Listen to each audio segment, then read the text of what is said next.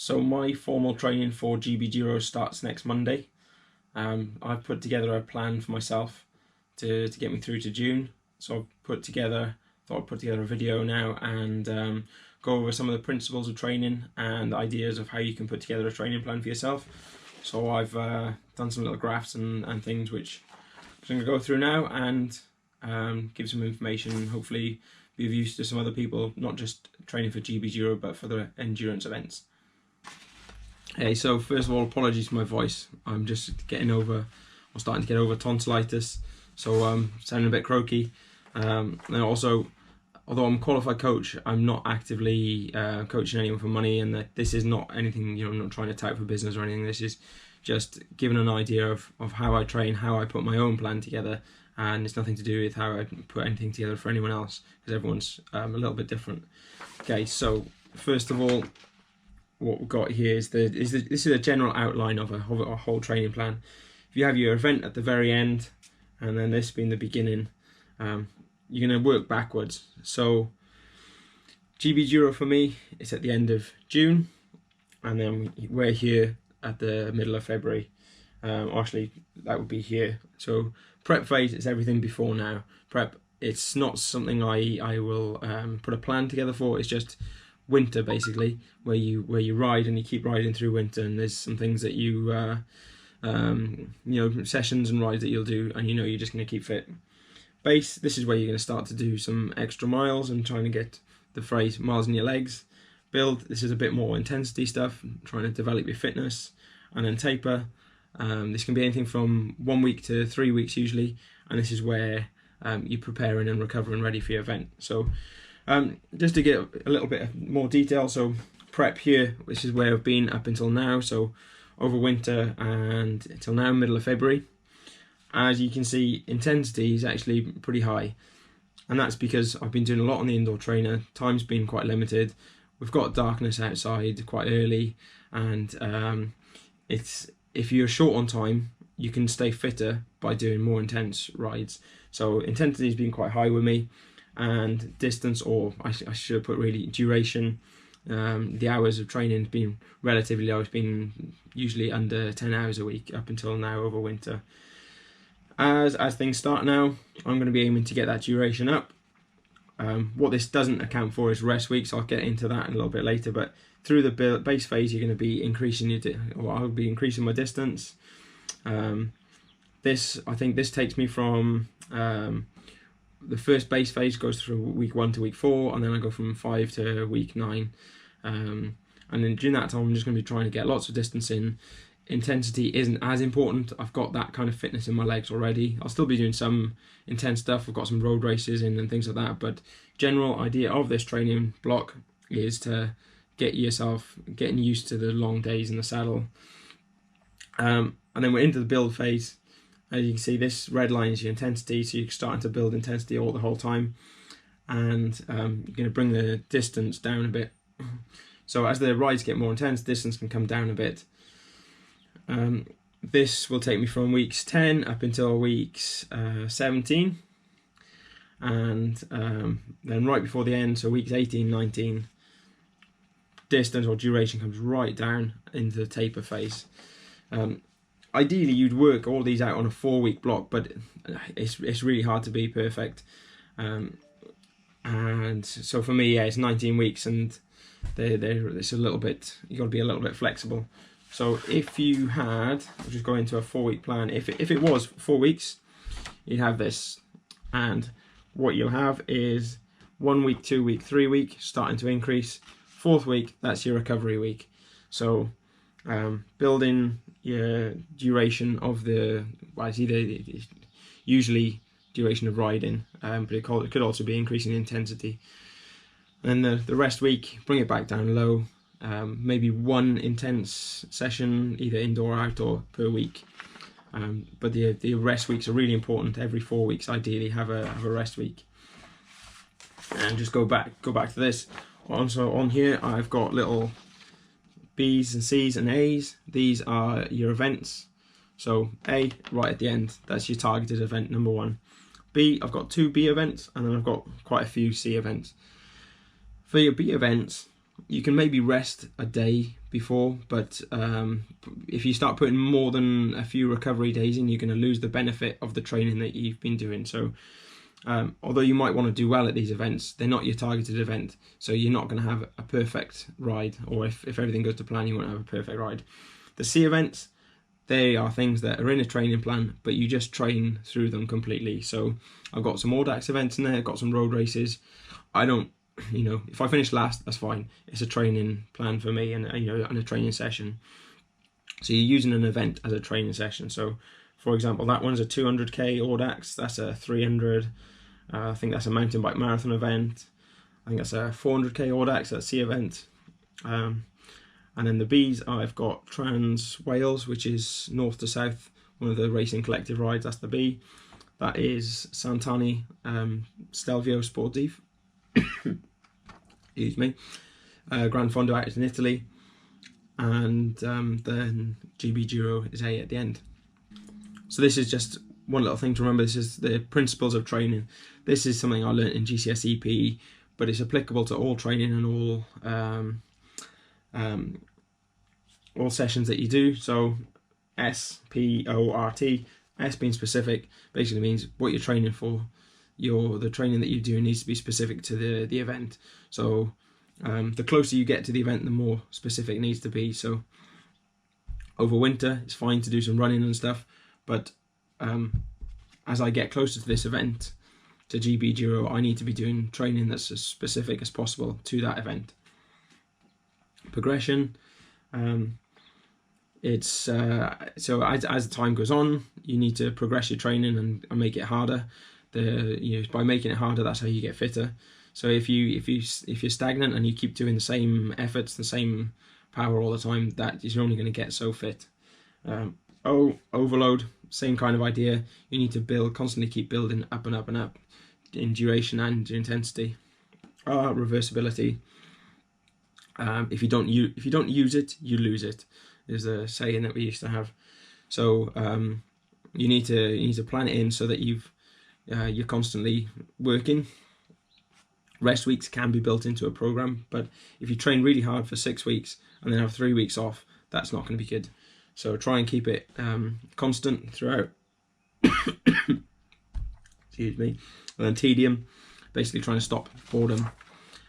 So trying to keep your training exciting, doing things that you want to be doing, and not sessions that are going to be boring and then you're going to stop riding. Some people have different names for these.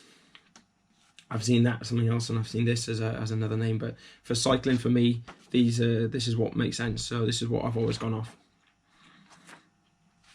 Okay, so yeah, just a little idea then. Going back to overall scheme of things. So for me, done the prep. I'm in a decent shape actually at the moment. I think my FTP for an endurance event, I think is kind of pointless. Or FTP 60 then I should say, as in 60 being the functional threshold power for 60 minutes. It doesn't matter so much what I can do for 60 minutes, but what I can do for 2, 3, 4, 5, 6 hours or even more, that's what's important. But for now, you can test FTP quite easily, and it's not too bad. So it's more advanced than what it's been in previous years. So just going into a little more detail on FTP testing. The difficulty with FTP testing is whichever test you do, you have to do the same test over and over. But all you're really doing is testing to see how you're improving at doing that test. Now, some of the shorter tests, you can get it all done in 20 minutes. The problem with that is, for an endurance event, you're not really you're not really seeing how you're improving in terms of your endurance. It's more your short-term power. So what you really need to be doing is looking at your power curve. And so if you're doing long rides, you look at your power curve and seeing how that improves over your long rides week on week on week. And the top of your power curve, for a sprinter, they're going to have, you can be able to hold a high wattage for, maybe 30 seconds or a minute. And then for endurance guys, it's all about holding the highest percentage of your FTP as you possibly can for as long as you can. So in terms of something like GBDuro or 24 hours, it's that what percentage of your FTP are you able to hold for that length of time. That depends a lot on how your body can metabolize fat. So a big part of the training I'll be doing is all about trying to teach your body to metabolize fat, and then you're not burning carbohydrates. You're not having to eat as much. When you're training at a high intensity, you're burning more carbohydrates than your body has stored. So you have to be able to metabolize fat to do well on the long distances. So that's something you can train to a certain extent, although some people will be naturally good at it, and tends to be those people who do for endurance events. Another thing to think about is, for me personally, if I look at sort of where I'm going to be trying to get to in terms of hours, maybe at a big week. Again, this is just for me personally on this plan. The big weeks are going to be about maybe 35-40 hours. Of that, maybe it's going to be 3 big rides perhaps in a week and a couple of shorter rides and some days off. You need to allow time for your body to recover even within a big week. So that's going to be sort of at the top of the end of the base period. Down here at the moment, as we're getting started, 12-15 hours, building up 20 hours a week maybe. In terms of testing and power or measurement, then heart rate, power, I have power meters and I have heart rate monitors. I don't test myself so often. The big difficulty is if you've got multiple power meters and they're giving different readings, then really you need to do an FTP test on every single device you've got. And I think I've got 4 different makes of power meters. It would just be too much testing. It's kind of pointless. So I'll use them. I know how they score. Whether some read higher than others, and all I'm really doing is comparing power to your heart rate, and it gives a good indicator of, first of all, fitness, but also overtraining. So I'll use it as a gauge for overtraining. I don't use zones, so I never. Apart from sometimes if I use Zwift for training or something, and you can set up programs on that, or training zones for that. But overall, if I'm just out on my road bike, I'm not looking at my power meter to see what the power meter is showing, what zone I'm in. I think for endurance riding, it's almost irrelevant. Some people are going to say different. Some people say that you've got to stick in zone 2, zone 3, whatever. And a large part of my training is done in what was called dead or no man's land. But everyone's different, and I think as you get more experience yourself, you learn what your body adapts to and what you're good at. The other thing I think is really important is a lot of people will train at what they know they're good at, so you're only improving what's already pretty good. So for going back to sort of principles of training, really, looking at this one here. So if you're good at something and you just keep doing the same thing over and over, you're not going to progress. So let's say you are a sprinter, or naturally you're a good sprinter, but you want to do a long distance event, you're going to have to do sessions that you wouldn't normally do to get better at it.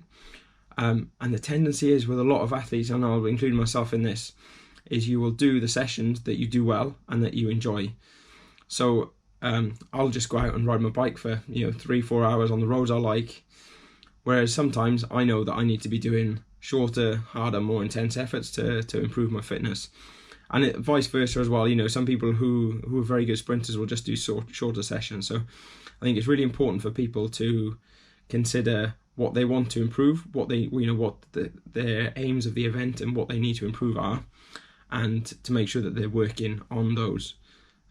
So for me, what am I not comfortable in, what am I not improving, or what's not good at the moment is things like multi-day, so day after day after day, and also specifics of bike packing.